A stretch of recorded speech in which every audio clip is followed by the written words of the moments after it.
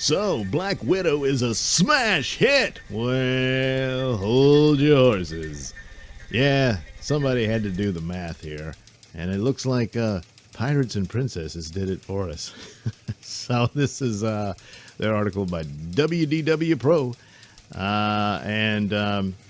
The headline, of course, Black Widow to break even. Media spin the narrative wildly. Well, nothing new there. Yeah, they always spin it. So it goes through the different headlines or claims here. Variety calling the box office dazzling. The New York Daily News, groundbreaking. and all that. So the obvious asterisk to put here is, of course, this is the post-pandemic world for movie theaters, having to recover from a lost year and that sort of thing. There's also going to be the obvious expenditures that come from a movie that was supposed to be released earlier and haven't been marketed, and to now have to be marketed yet even more because you had to delay its release because of, well, the lost year, you know, and all that sort of stuff comes into play. So it's a different game field, if you will, for Black Widow than it would had 2020 not happened the way it did. So, but, you know, that's an alternate universe. You'd have to go to an alternate universe to see how it turned out there. So, but anyway, and it had some things going against it. We know the ending of Black Widow's story. She dies. She's dead. She died in Endgame. Sorry, spoiler. So this is a prequel that they had to fix. A movie they should have given her a long time ago. Yeah, well, there we are. So... it goes on about, you know, what the Access Media does and that whole thing. I'll link the article in the description below. But they get to the actual math and what they had to do to make their money back. And, oh, hey, look, it's Andy Lister. Yeah. Now look him up and you'll understand. So they're saying it is likely to make between 70 million and 80 million for the weekend domestically. They're not going to go into D plus because there's no means by which to verify the number they gave. They said it last I heard was 60 million on D plus, which, I mean, look, if that's what you really wanted to do, okay, but it wasn't worth $30, you know. But so anyway. They should ultimately, when you bring in all the domestic, international, and streaming haul for the weekend, Black Widow should have come in at around 200 to 215 million for its worldwide debut. So, hey, sounds great. But then they're making the comparisons here with Sonic the Hedgehog, which is a movie that came out at the beginning of the pandemic and all that. So you got to factor that into what its numbers. But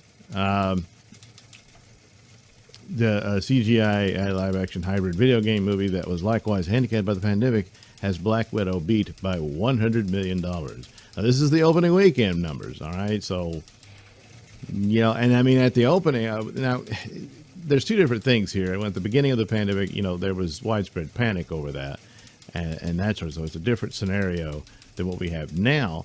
But now we have a theater industry that's trying to recover. And all of that. So, you know, they're at the opposite ends of the thing. So it's going to be, it's quite different. You can't make a full-on comparison between the two. However, it is interesting because Marvel remains the big king, the big franchise. Everything else has collapsed. Well, almost everything. There's other things that, like I keep, you know, forgetting things like Fast and Furious, which is still strong. They did well. And, you know, I've never bothered with that franchise. I've never seen a single film. And a lot of it is, even the fans of it are saying, yeah, it's getting ridiculous. But it still makes money. It's still good. So you're going to get more. So, but other things, you know, obviously you can go through the list, Star Trek, Star Wars, all that stuff. It just, you know, they're done. And, but Black Widow will ultimately beat the total revenue. They say certainly yes, ultimately. But it is interesting, you know, at the outset. But again, is the comparison completely fair? I don't know. So they go into all the mathematics about and what you get. The studios get about 45 to 50% of their box office revenue return to them once theaters, governments, etc. have their cut. And to get movie releases in China, where the studios can end up with as little as 25% of the profits there, yet they continue to beg to be in that marketplace. Now, it's a huge market, but still. So they say, for the purposes of being fair as possible, Disney is getting 60% of the total box office revenue overall for what they'll mean. So Disney needs to recap $300 million for Black Widow to make money. Black Widow has made $200 million this weekend worldwide, of which Disney will receive $120 million. That means they still have $180 million to go before they even get to profitability. So where's the money going to come from? Assuming a 50% drop in revenue per week from Black Widow in 8 weeks in theaters, Black Widow should end up at just about $400 million total box office. That would give Black Widow the lowest return of any Marvel film since 2011. And while Disney does not yet have a release date in China, if they can get one, they might be able to move closer to $500 million worldwide or slightly beyond. The 50% drop formula seems very kind, giving the steep drop from Friday to Saturday for Black Widow.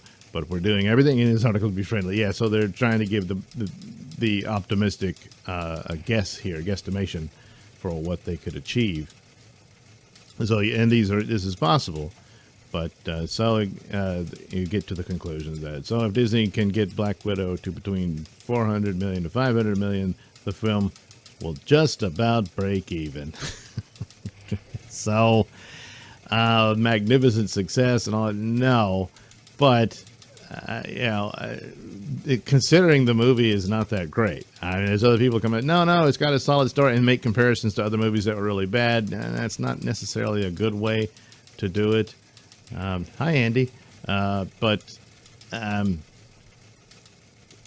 lot about it was that it had plot points that could have been a much better film. A lot of things, but I don't know. And it almost seemed like in parts of it was directed by someone else or something. I don't know. It seemed kind of out of sequence in places. But anyway, again, yes, Access Media rides to the rescue to keep up and all that. What purpose does that serve? It either makes its money or it doesn't.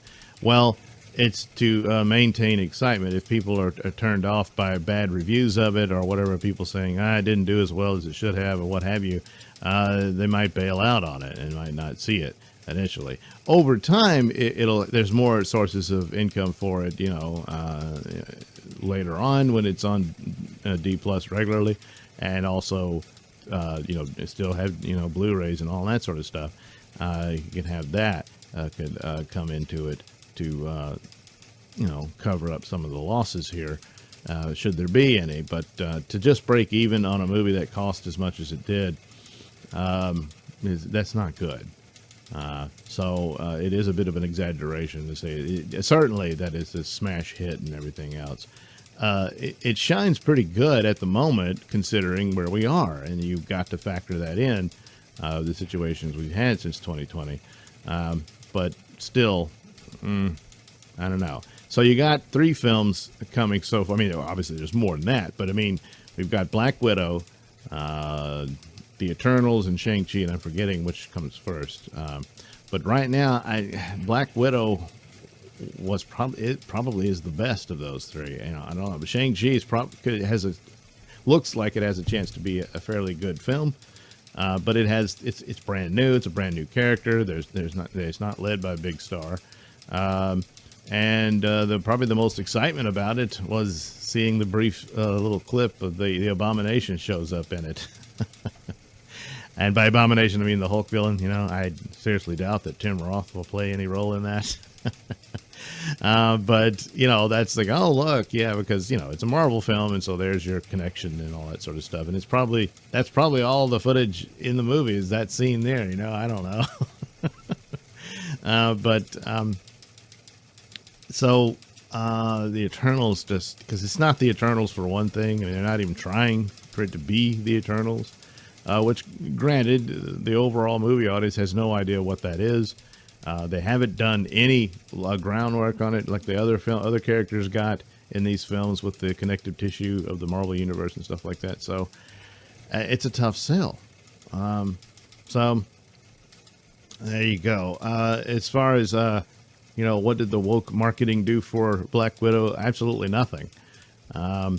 It's just most people are interested in the action movie. Scarlett Johansson is very popular. She's just so damn lovely, and she's good in these roles. She does a good job in these things, and that's the main high points of it that sells the film. But yeah, so they'll look to this to say, yeah, woke's the way to go, and that sort of thing. But is it really based on anything in reality? Doesn't seem to be. Anyway, got a couple of weeks to go. We'll see how that turns out. But can it get somewhere between 400 and 500 million? Perhaps. Now, some will look at this. It's already being said that the billion-dollar movie era is over. And, well, we'll have to see. And it's still not entirely certain how much of the theater industry survives. So there's, plenty of factors to go into that. But movies that were akin to what Marvel was could probably turn the tide on that. But right now, based on their own comments from Feige himself and whatnot, that's not in the near future anytime soon. Thanks for watching and listening. Say, while you're still here, why not like and subscribe and share with your many friends? Yes. Also, check out my mini stores in the link description below. Yes, where you can get t-shirts, hats, mugs, all those goodies with my artwork on them. Oh, yeah. And head over to indieplanet.com and pick up a copy of my comic book, Night Night. Oh, yeah. You can also catch me at my podcast, Mr Nailsin Show, on RadioMisfits.com. And you can also watch my videos on BitChute.com and now on Rumble.com. Oh, my goodness. So many places to watch me and my stuff. Oh, yeah. And if that's not enough for you, well, you can follow me on many social media platforms and say hi to your old pal, Mr. Nailsin.